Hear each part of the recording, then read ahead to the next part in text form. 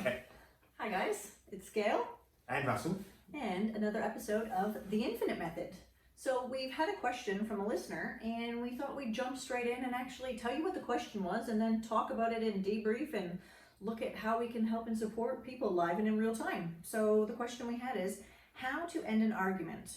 I'm shocked at how incapable I am at ending an argument or discussion. Not every debate ends in resolution, but how do I set it aside? How do I pause the emotion?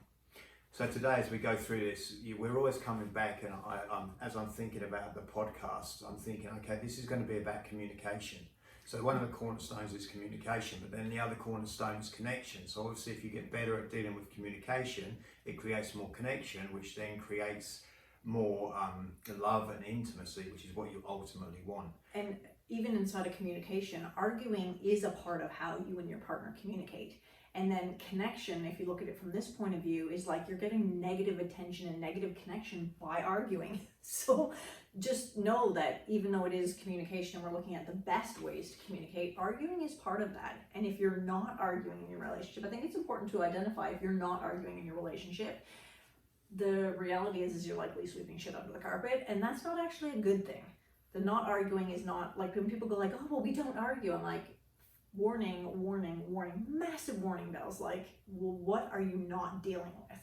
We want to minimize, we want to improve the quality of the argument. We want to minimize the degradation that you might do of your partner. How hurtful you are. Yeah, how hurtful you are, how vindictive you are, how cruel you are. How much you dig the knife in and twist, twist, twist. You know, she's much better at arguing than I am, much more full on, but I'm much crueler and have the ability to dig the knife in much deeper at the end of the day.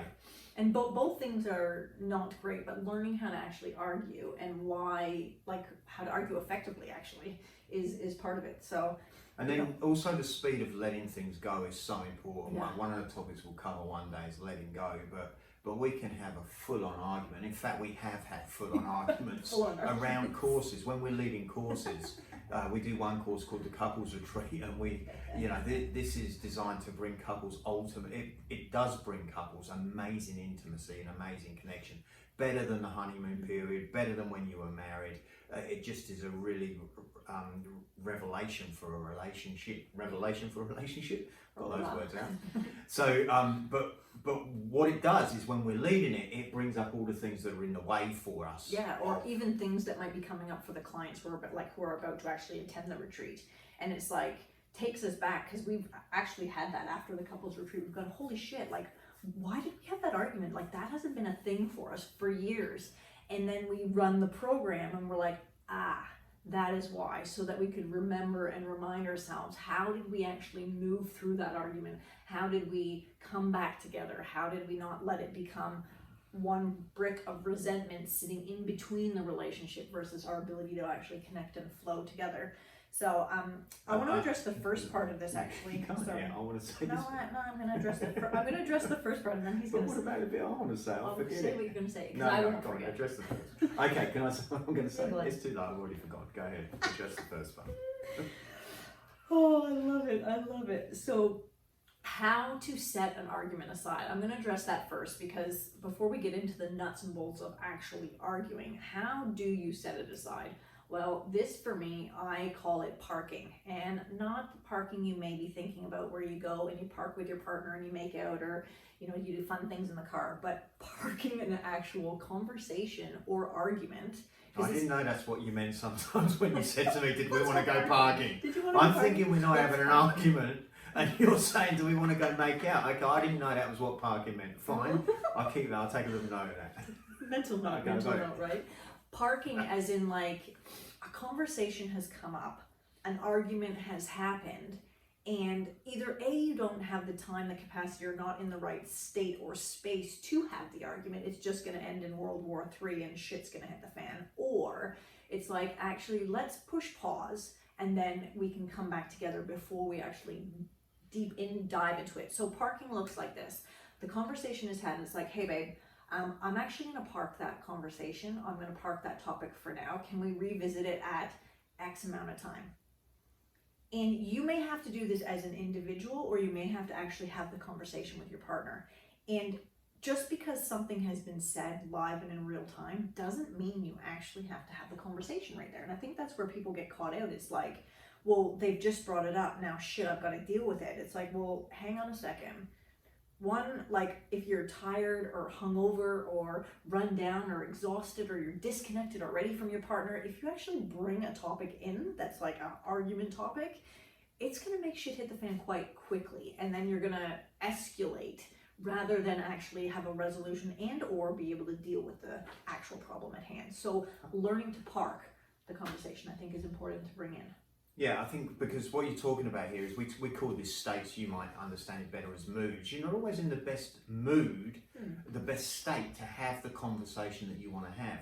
And a lot of times when you're having those arguments, what's happening is a childhood wound has been triggered. Yeah. And so if you there's 12 childhood wounds we work with, or variations of these, and I'll just run through them for you so you can next time you have an argument, you can consider that one of these wounds or a version of one of these wounds from childhood is being triggered in the moment that you're experiencing it now. And I'll repeat these over and over again as we do more podcasts. Well, and interesting enough as well, if I can just add in before you run through the list, is if you actually would like to have these, like I save them on my phone so that I can look at them like in real time and go like, okay, which childhood wound is getting triggered right now? So if you actually would like them, you can actually DM us and let us know, right? Yeah, DM us on Instagram. Yeah. So I have to add the Instagram up because I'm like, is that Instagram? Okay, I got it. Cool. Let's not get into my technical and modern troubles that I have, because that's a whole nother subject. The socials. Yeah, this is very difficult. So what was it? Childhood wounds. So okay, so childhood wounds. So first of all, you can be having a conversation at any given moment, and you know, I was considering how do we argue. Topic after topic. Most of our arguments are repetitive.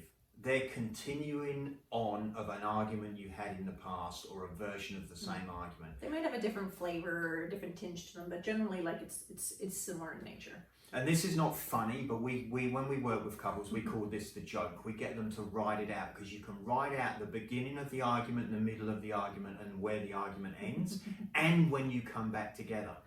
And so they follow a procedure, and I want you to see that procedure in your own relationships. I want you to follow that pattern of how you argue.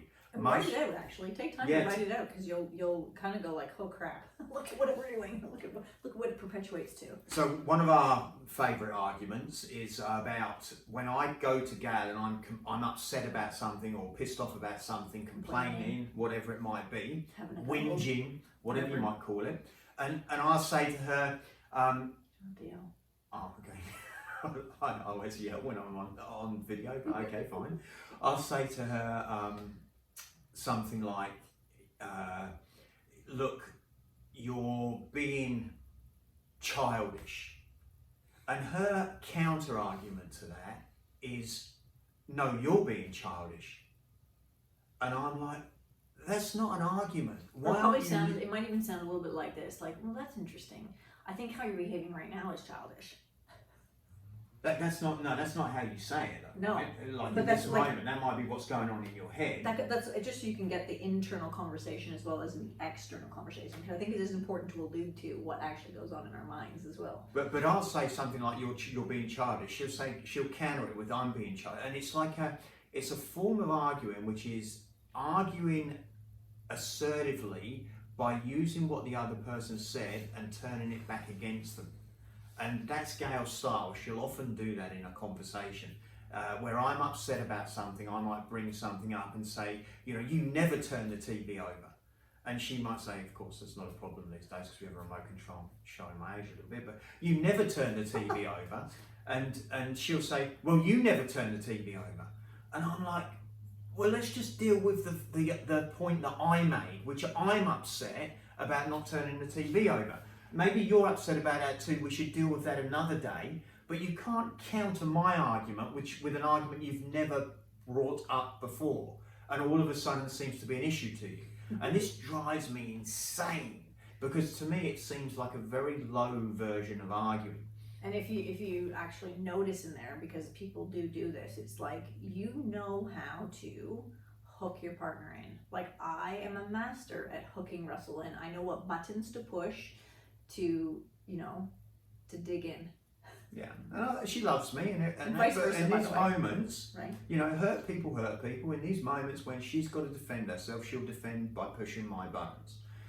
So, but what happens when we're having that conversation is any feeling, and this is so important for us to get in relationships, we don't feel anything inside us that isn't already inside us. In other words, you can't change how you feel inside by doing anything externally, because the problem is internal. So for example, all forms of hatred are self-hatred at some level. All forms of anger are self-anger at some level. Otherwise, how do you know what it is? How do you even know what anger is if you don't have it inside you? So somewhere along the line, you've learned these things, and this is the same with the childhood wounds. When we're having that, when I might say you're childish, and then she might get back to me and say, no, you're childish. One of these childhood wounds is getting ignited for me there. I'm getting triggered by one of these. It's unimportant, and it could be more than one. It could be several of them. I tend to have a little smorgasbord of the ones I like to go to, my favourites. But unimportant, disregarded, devalued, disrespected, worthless, unfairly treated or accused, taken for granted, not considered, abandoned or rejected, inadequate or not good enough, powerless or unlovable. And we tend to kind of go down the spectrum. Some of them are deeper than others, like abandoned, unlovable, not good enough, and powerless are deeper than, worthless as well. These are all deeper than the other ones in some respects, sometimes. And I like to go from unfairly treated to not considered to unlovable to powerless. And we'll do a conversation on anger later, but one of the programs I lead, Beyond Anxiety and Beyond Anger, actually goes through, and you realize that all anger is connected to a form of trying to get control back, and it is triggered by a childhood wound, which is powerlessness. And once we can make peace with that childhood wound, we tend to dissipate anger and anxiety easier. But what I'm saying here in this conversation is to know that internally what's happening is when we start having this, one of my childhood wounds is triggered. And then from there, I am not in the best space or in the best state to have any conversation. Yeah. In fact, sometimes we've had arguments and we kind of just leave them be, and we don't have the conversation about them right then and there. And then we'll go reconnect, like we'll make love or do something together to bring us back together. And then we might talk about what has actually gone on, because when both people are in triggeration and triggered by a childhood wound, the conversation is going to go downhill, and it's going to go downhill fast. It's like, imagine if you're at the top of a mountain, and at the top of the mountain is your sacred love, is your great space for you and your relationship and you as couple, right? This is how we teach relationships. So the top of the mountain is the relationship entity, the sacred place. Right. So at the top of the mountain is there. The moment Russell is triggered, I'll just start with you getting triggered first. Doesn't matter. It can go either which way. What happens is he slides down the mountain and he goes to this pile of mud, his pile of mud, right? And then once I'm triggered as well, I have two choices. I can either go down to the mud and we end up having a shit show, essentially, or I can stay up and wait for him to have had a mud party and to come back up. So either of those things can happen. Either we both go down and then it's like a mud party, and not in a good way, right? Like, it might sound fun. You're like, ooh, let's go play in the mud. Like, which you could bring light and humor while you are playing down in the mud, but that's not normally what happens for people. Or one person can actually stay up and then you hold space, which we talked about on our last podcast, which you hold space for the other person to then show back up. I'll give you tips and techniques as we go through, but next time you're having an argument, honestly, try this. Full on, exploding, so angry, pissed off, shit's hit the fan, you can't control yourself. Both of you take off your clothes. Obviously, don't do this if you're in the supermarket. You need to be at home. That could be fun. Yeah, you could do it. Could be interesting. See how you go. Yeah. Excuse me, can we have security to aisle 44, please? With that couple of hair again. No, but look, if you're at home, strip naked, take all your clothes off, and then continue the same argument. You will not be able to do it, and the reason you can't do it is because it's a state changer. Being naked makes you feel different about everything. Completely vulnerable and exposed, really. And have different thoughts. But honestly, next time you're in a full blown out argument, take your clothes off. We've done it. It dissipates the argument. Really quickly. You cannot be quickly. You can't be angry with your partner. Well, they're naked. So anyway, that's just a tip that you can try next time. As we talk more about parking, it's just one way to kind of dissipate an argument or take the sting out of it. I want to just touch on here, like it's been asked, like not everything is a debate. You have to actually remember there are certain personality types, myself included. I'm an assertive person where I am going to be loud and want to argue or debate something, right? And also Russell too is a loud personality. So we will have like full-on loud discussions, if you like, because they're, for us, sometimes they're not actually arguments. They are just loud discussions because we're both very equally passionate about being right and our topic or point of view. And so it will actually look like a debate. And that's not actually a bad thing. Even our kids are going, why are you guys yelling? And we're like, oh, we're not actually yelling right now. We're actually like just debating and talking through something. So one, you want to notice who your partner is as a person and their personality type and what that actually looks like when the two of you are having conversations as well. Because yes, all conversations don't have to end in a debate, for sure. But if in a solution, you mean? No. Like not every debate has to end in a resolution, but it's actually okay to debate the point. And you're right, like things aren't always going to have a resolution, especially not right away, and really dependent on what space you're in when you're actually having the conversation.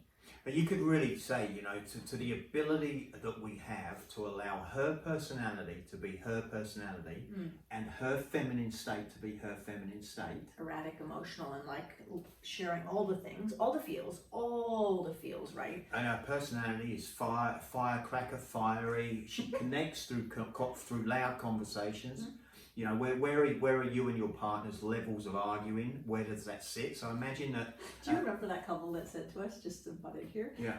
We were in the middle of the couples retreat, and somebody we were talking about us, and they're like, "Oh my gosh, you guys argue a lot," and we're like, "Yeah, we do," and they're like, "Isn't that a bad thing?" And I'm like, "Do you know how much passion and love and zest for life, and how much opinion and there's a huge level of passion and fire that both Russell and I exude, and that shows up in our relationship. So where other people are like, good, I don't want to argue, I don't like that, we're like, it's actually like a place that we bring out our passion and our fire, and we know who each other is inside of those arguments. And I just want to bring that out because I think people often think like if you are arguing, it's a bad thing, and if you are arguing, it doesn't always have to be. Like every argument we've ever had has brought us closer together. Every time we've, you know, got to a really stingy point, and you know these stingy points where it feels like your relationship is over, or like you've come to an end, or oh my gosh, we're never gonna get past this, or like, oh gosh, how do we fix this? How do we stop having this same old argument over and over and over again? Oh my gosh, the relationship's never going to move forward from that. If you've ever had any of those thoughts, that's normal. And who your relationship becomes, because I say who intentionally, right? Because your relationship is an entity. Who your relationship becomes afterwards is actually amazing, right? Your ability to come back together from wherever you got to in that discussion or argument is important and imperative. And we're not promoting or saying you should or shouldn't argue. It's a natural thing because you're living together. You're two different personalities. Yeah. Plus you've got the feminine state over there. Yep. The feminine state is emotional. The feminine state feels first, and the masculine state is logical. The masculine state thinks first. Which doesn't mean I can't think or be logical, but when I'm in my essence of my feminine state or in a discussion, the probability of me being logical in that particular moment is very low. And sometimes Russell forgets that. And vice versa about, you know, being able to stay in a logical state. It's interesting that masculine state is logical, but when she comes to me in an emotional feminine state with something that upsets me, all of a sudden that ability to be logical can go out of the window. So there's an interlude there that I cut out of it because we talk about being raw, real and unedited in our conversation, but the guy next door all of a sudden starts to mow his lawn. I left the windows open going, I kind of like the sound of nature and trees and the birds chirping. That's so lovely. So if you can hear that in the background, I apologise, but you know, I'm like, oh, how the fuck can that happen now? But anyway, we've shut the windows, hopefully it won't be too noticeable. But what was I saying? So the masculine state, it is logical and can think things through, but what you'll notice when, as a man, what you will notice when you're having an argument with your partner, that logic flies out of the window. You lose the ability to stay logical when your partner is triggering you emotionally. And this is another reason why parking an argument is important, or being able to park a conversation. What you'll also notice is in the difference in the personalities, the worst thing you can ever do for me is say to me, I want to have a meeting with you next Wednesday about something. And the minute you say that, I start to become anxious. I start to worry. I'm like, what does she want to talk about? Why is she waiting till next Wednesday? Why can't we talk about it now? I need to know the solution now. I can't stand this. This is going to... So knowing that about Russell, if I have a conversation I need to have with him, I said, I have to preface it with, hey babe, can we actually talk about mounting that picture in the dining room later today? Would that be cool? Then he knows exactly what the conversation is going to be about, and there is no desire to then go paranoid, freak out, have like a little mind chatter, a whole discussion about what may or may not be happening, right? So again, you have to know your partner and what's needed. Where he could say that to me, hey, can we talk about something next week? And I'll be like, okay, cool. No worries. I might ask if I feel myself wanting to have a thought about it, I'll ask what's it about. Otherwise, I won't give it another thought. And both things can be true for me. So know your personality and know whether your partner is the person that is going to stew over something. You know, there's another personality cannot be confronted about anything. You need to make a date and a time to have a conversation with them. You bring anything up in the moment and they're going to freak out into their emotional brain immediately. And so you have to, or they'll withdraw. Mostly what men do that are like this is they totally withdraw. So you need to book an appointment with those people. But you have to understand different personalities handle different arguing differently. So when we're trying to park a conversation, we're gonna need to have a certain level of self-growth individually to be able to do that. And self-growth is one of the 4 cornerstones of the relationship entity as well. When we teach couples how to actually work together, one of them is actually taking care of self and the journey you go on for your own personal being, right? Like Russell has a separate journey to me, but that still is part of taking care of our relationship. And what we find a lot of the times in relationships, it's like, oh, you need to do this for your partner, or you need to do that for your partner. How do you be a better partner? Which is important, you know, to work on that. But more importantly, how do you be you in the relationship? Yeah, how do you not bend and How do you accept yourself? Yeah. How do you learn, like, how do I learn to be okay with her fiery spontaneity, fun, laughter, irrational erraticness? Like, instead of saying, I can't stand this anymore, like she talks a lot, so it's a lot for me who's more pulled back. So instead of like trying to change your partner all the time, which is what everyone's trying to do, therapists trying to do it, all these places are trying to change it, it's like, well, hang on a fucking minute. Didn't you fall in love with this person? Yeah, so like, how do I accept and love me? That is one of the cornerstones, because when you can accept who you are and yourself and love you first, your capacity to love over there and accept them is much greater, because you're okay with, you're quirky, you're weird, like, and I'm talking myself here when I say I'm quirky, I'm weird, I'm crazy, I'm larger than life, I have a big personality, I have an opinion, a point of view, I like to argue, I'm fun, I'm spontaneous, I'm loving, I'm She's caring, too much. I'm massive, yeah, like, I just am me. And I can tell you, in relationships gone by, like before this one, I would dumb myself down, I bend and weave, I cut out pieces of who I was, and ultimately what happens is I lost me. And if you've lost any part of you in your current relationship, the first thing you want to go to work on is finding you and putting those pieces back together, because that is what makes a relationship juicy, and it really allows for a different level of connection. And it's what you fell in love with in the first place. Yeah. You didn't fall in love with some censored version that made you less upset. No. You fell in love with the full Monty. Yeah. The full thing that Exactly. excited you, that got you going, got your juices flowing. And there's so many couples, they'll come and they'll say, well, we've been married 10 years, 15 years, 20 years. There's no zest, there's no zing, there's no aliveness, there's no vitality. Exactly. You know, we don't even have sex much anymore, and there's no real joy in the sex. And it's just like they've lost the connection. Well, the reason they've lost the connection is because they've spent 10, 15, 20 years trying to change each other. And trying to make the other person be something they're not. So there's a level of this that comes to how much can you accept yourself and be yourself, and how much can you accept your partner and be with your partner. And I think it's important too, as you're like considering it, it's like, how can I love me in the face of no agreement, right? And the no agreement is whatever discussion, argument, sore point, how they dug in, pushed your buttons, whatever might be going on over there. How can I love me in that space, so then you have you can create to love each other in the next moment of now. So, and I think one of the final sections that was asked on here is, how do I pause the emotions? And I'm sorry, I'm just gonna call bullshit on that. Please don't ever pause your emotions. Please don't ever not feel what you're feeling, because how you feel, yes, you can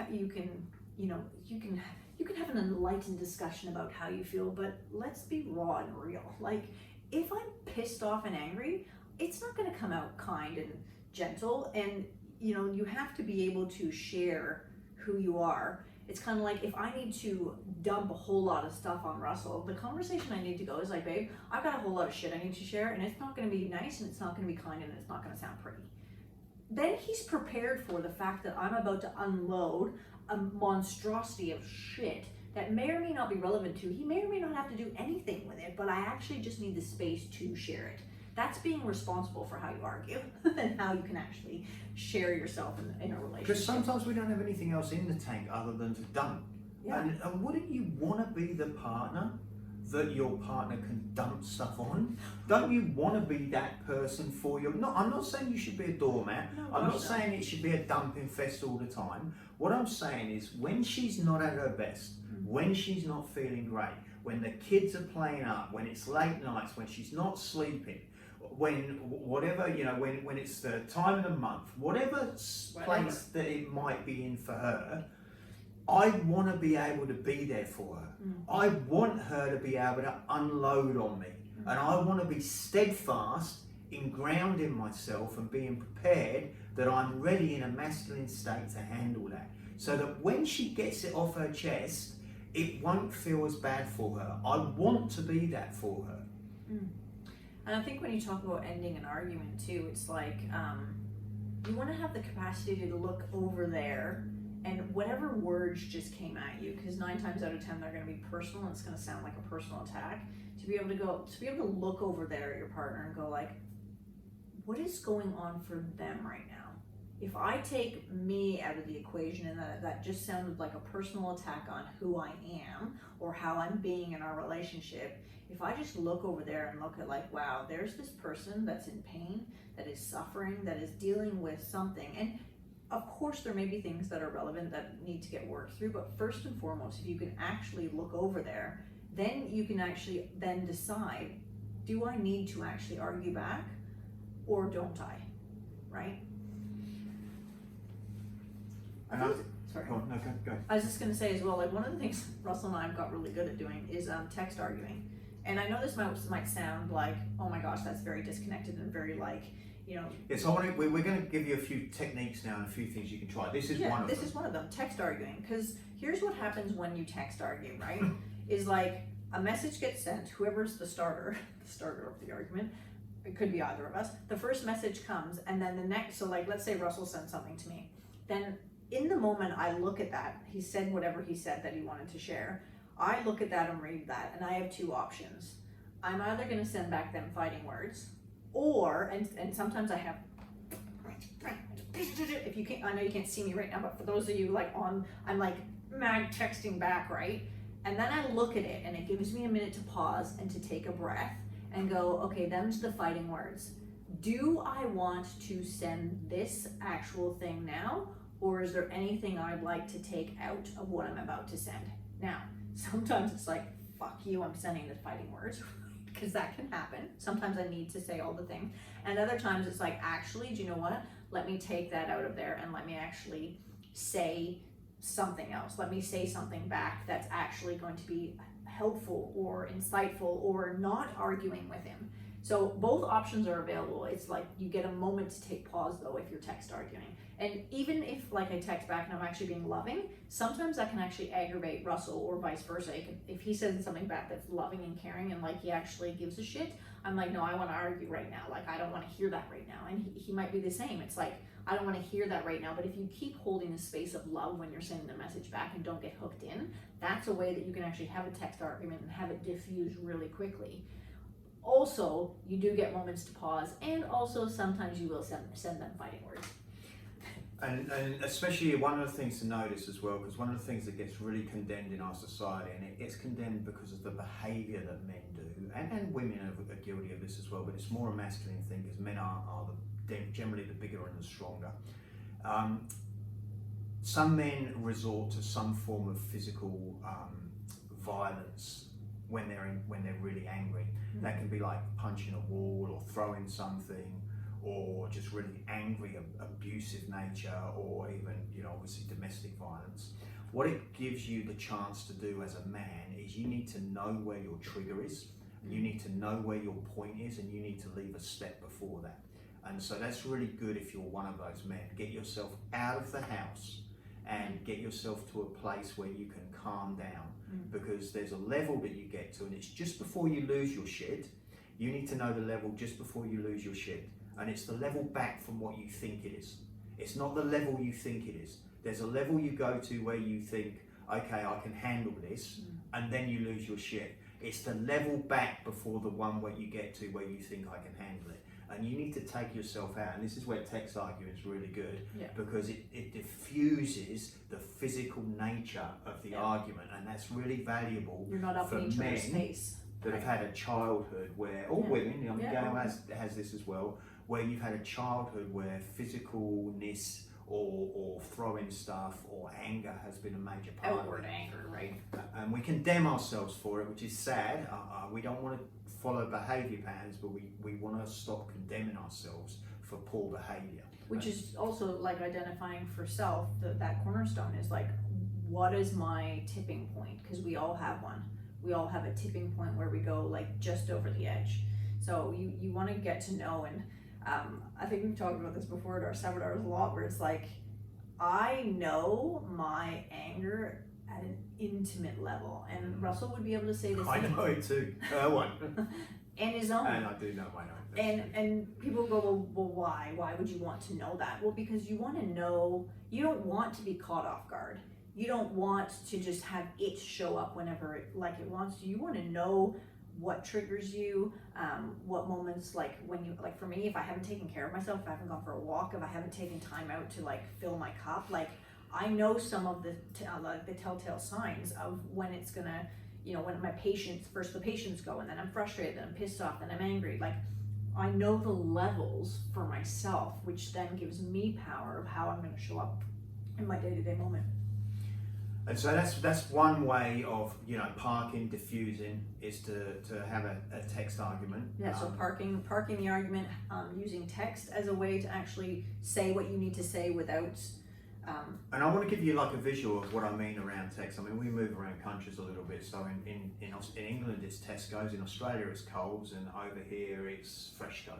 You've got the supermarkets; they all change. Or Walmart perhaps, but there's a car park outside each and every one of them, and nearly always the car park's quite a big car park. Visually, what you want to think of how the parking is you go and you take your car is the argument, and you take your car and you put it in the parking bay outside the supermarket. Yeah. And then you get out, you lock it, you close the door, and you walk away. And you go somewhere else. You go for a walk, you go for a sauna, you go to the gym, you do whatever you want to do. You can return to your car at any given point because you know that your car's always going to be there. So an argument is exactly the same. Yeah. You can return to an argument at any given point. What makes you think you have to have it at the moment you're feeling it? If I'm upset with her today because what did she say to me earlier? Oh, you're talking too loud. Right, that'll often be something she says to me because I get so excited. I start to, I get it, right? But it shits me because it makes me feel not considered and unfairly treated, whatever it is. It's a source of a potential argument. And depending on how healthy I am and how good I'm feeling, that will depend on whether I can just deal with it like I did during this session, or I can snap and say, just leave me alone, let me talk at my own volume. It really doesn't matter. What I'm saying to you is, what makes me think I can't park that argument, that conversation, that question, and have it later? Because if you park it, what you'll find is 95%, maybe even higher. You'll have to look at it and tell us what it actually is for you. But 95% of the things you argue about are not important 24 hours later. Yeah. And you will forget about them. And that's an important one as well for women and for men, how they show up in the relationship and in an argument. Like, I might be coming to Russell with a complaint or something that's very important to me. And in that moment, he'll feel like he needs to do something about it. Fix, right? Men naturally want to fix things. And I can guarantee you most things, I just want to know that he's there and he's got my back and he's like a source of like, you know, that he's got me no matter what shit's going on in my mind. And if he actually just understands me in that moment, rather than feel he needs to fix or do something about it, that is worth its weight in gold. Because most of the time, if it is something that actually has to be like dealt with, or a conversation needs to be had with children or other people or whatever, then it will get brought up again and it'll actually then get dealt with differently. But in that moment, if he just gets me and understands me and hears what I've got to say and doesn't then, like, so say it was about kids, for example, doesn't like defend the kids or go to protect them, which is another thing that happens for people in arguments. Like, you go like, I need to protect my kids right here, when actually it's just, I need to actually hear what's going on for my partner in that moment and be there for them. And then if there actually is anything to do, that will come after you've actually, that would make sense, right? Like, you know those moments when we've talked about where it's like, where it feels like you defend something, or it's like you've come and actually understood me, right? Yeah, when I get you, right? Yeah, when he gets me. Yeah, and when I don't get plugged in, it's this, you know, the self-growth aspect of this is so important. Not getting plugged in. Because not getting plugged in to your partner is what's really key here. Yeah. And that depends on, you know, when she says something to me, am I taking it personally? Yeah, so I think it's important to, like, okay, so parking, text arguing, not getting plugged in, not hearing it as a complaint about you, even if there is something for you to do about that, but noticing in self if it's actually something you need to do, or if you can actually just hear your partner in that moment and not get plugged in. And we're in the process of creating some stuff to go online so that you can have access to some more tools. And there's a tool that I talk to people about diffusing their own anger. And it does require a lot of swearing, and that's why I'm not going to do it here. But we'll make that available at some point so you can get that. We also, you know, so much of what Gail's talking about is the masculine and feminine state, and we both have programs that are designed for the masculine state specifically. Yeah. I lead a program called Be the Rock. She leads a program called Fun, Fabulous, Flowing in the Feminine.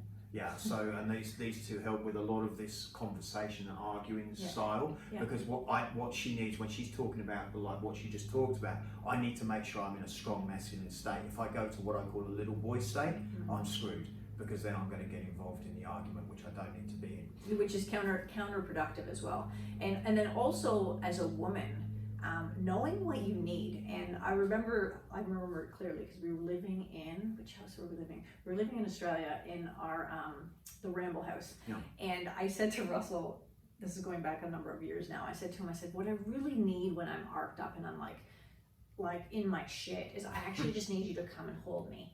And his response when we were having the conversation, he's like, are you fucking kidding me? He's like, that is the last thing you want. I said, no, babe, it's actually what I want and what I said, need in that moment. if I came and tried to hug you When I'm in a spit when of you're rage. in a raging state, you are going to push me away, stamp on me, spit at me, whatever. You're going to dig the knife in deeper because that's what you're like.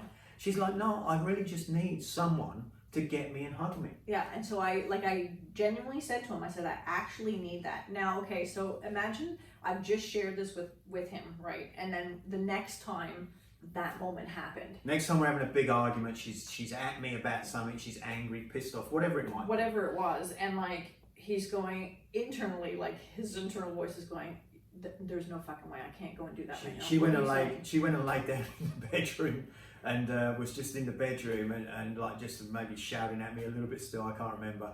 And I'm like, there's no way that she wants to be hugged now. There's no way I can do it. It doesn't make sense. She's seething, she's angry. And I was like, if I hug her and she's okay, I'm not gonna hug this bitch. She doesn't deserve it. She's treating me like shit. And as I was saying all this, I'm biting my tongue, listening to these words that I'm saying, and I'm going, in the background, I'm going, just go hug her, just go hug her, just go hug her.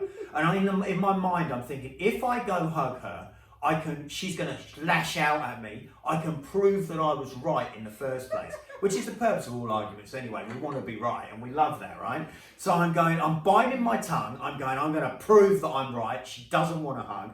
And I'm going, just go hug her, just go hug her, just go hug her. And I'm walking closer and closer and closer. Right. Everything inside of me saying, don't do it, don't do it. She's full of shit. It's not going to. And I'm going, force yourself, force yourself. And I've actually got my own hand, grabbed the front of my hair, and I'm dragging myself towards her. And I force myself to lay down next to her. She's actually on the floor. She wasn't in the bed. I forced myself to lay down next to her. And I put my arms around her thinking this is going to be joy, because as I put my arms around her, she's going to lash out. And guys, immediately, it's not the like embrace of like, oh baby, I've got you. It's kind of like a hand kind of lumped over, right, initially, because he's like, everything in his being is like, this is not going to work. And then what happened, babe? Then she just relaxed and she started crying and she melted and she became vulnerable. She gave in.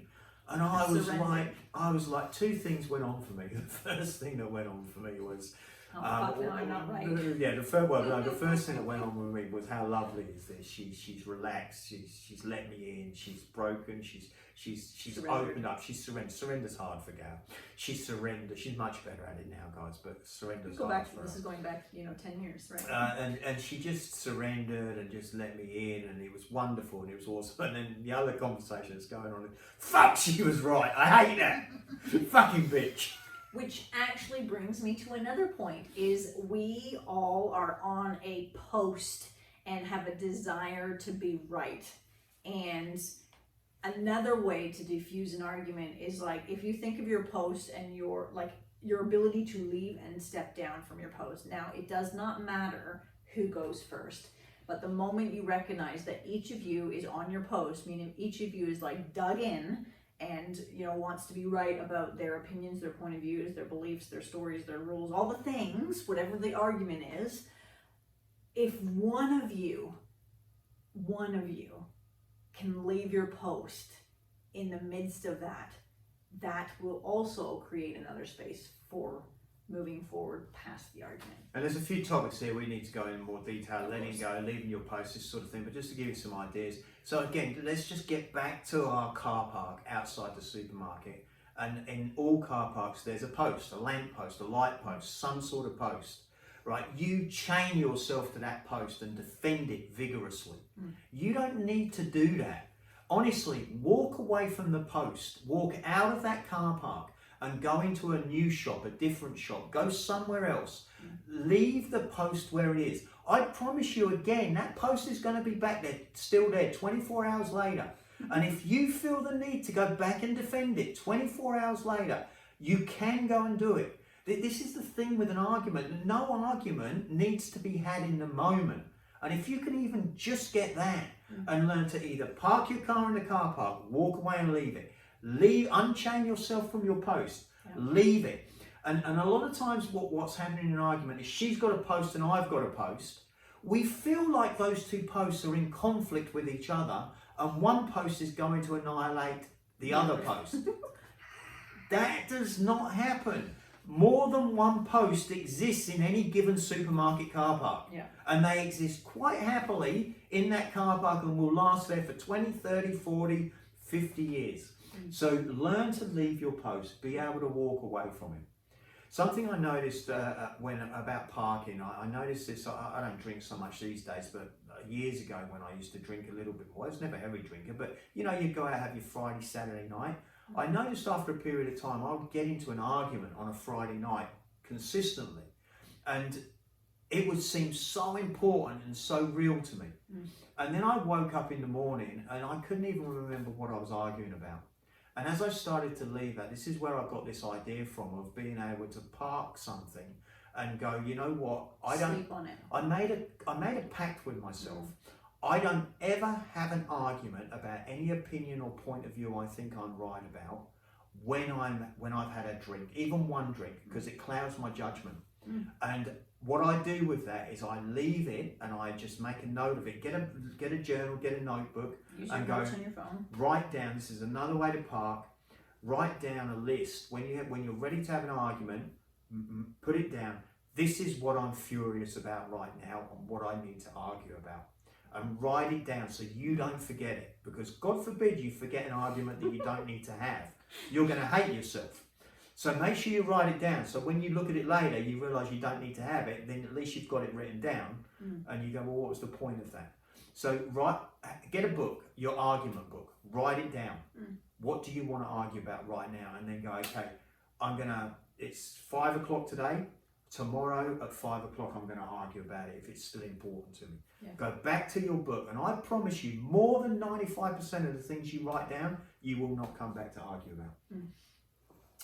So what's that? That's parking, letting it go, letting go, leaving your post. Leaving your post, text arguing, learning, like asking for what you want, being willing to say, like in the spit of an argument, what you need. So for me, it was like, I actually just need to be held. And sometimes there is the resistance, by the way. That example that we used there, like that I was fully ready to surrender, but there will sometimes be a bit of kickback. But then the more Russell brings it in that moment, then I will be able to surrender. Because it's just whatever resistance going on in me that moment that I might need a bit more.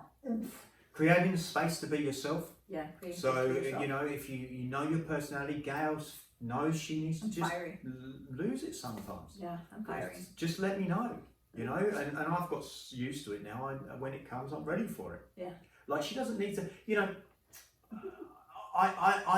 she knows that I can be negative. She knows I can be down, whatever. So she knows that I can dump shit.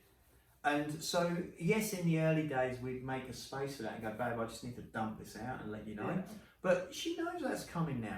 We don't even need to have a conversation about it. But every now and then we might need to revisit to keep an eye on it. So you don't take anything for granted. Just as a comical way as well to deal with arguments sometimes. I remember early on in our relationship, Russell was having a little spat. I don't even know what it was about, but it was about something, right? I physically took him to the ground and sat on him. Like, not like aggressively, but like tripped him enough to like take him to the ground, and then I sat physically sat myself on there while he had a little spat. I throw my little tantrum while she's sitting on me, and eventually it just dissipates again, you know? And even like another great tool in argument is to go, I'm pretty sure what you're talking about right now actually has nothing to do with me. Now, sometimes you might say that out loud, and sometimes you might need to say it in your own mind. Because that's, for me, is a really great tool to go, okay, what Russell's actually talking about right now actually has nothing to do with me. And he's actually talking about himself. Now, if there is relevance for it, I can deal with that after. But what that does for me is it allows me to go, how can I better support him right now?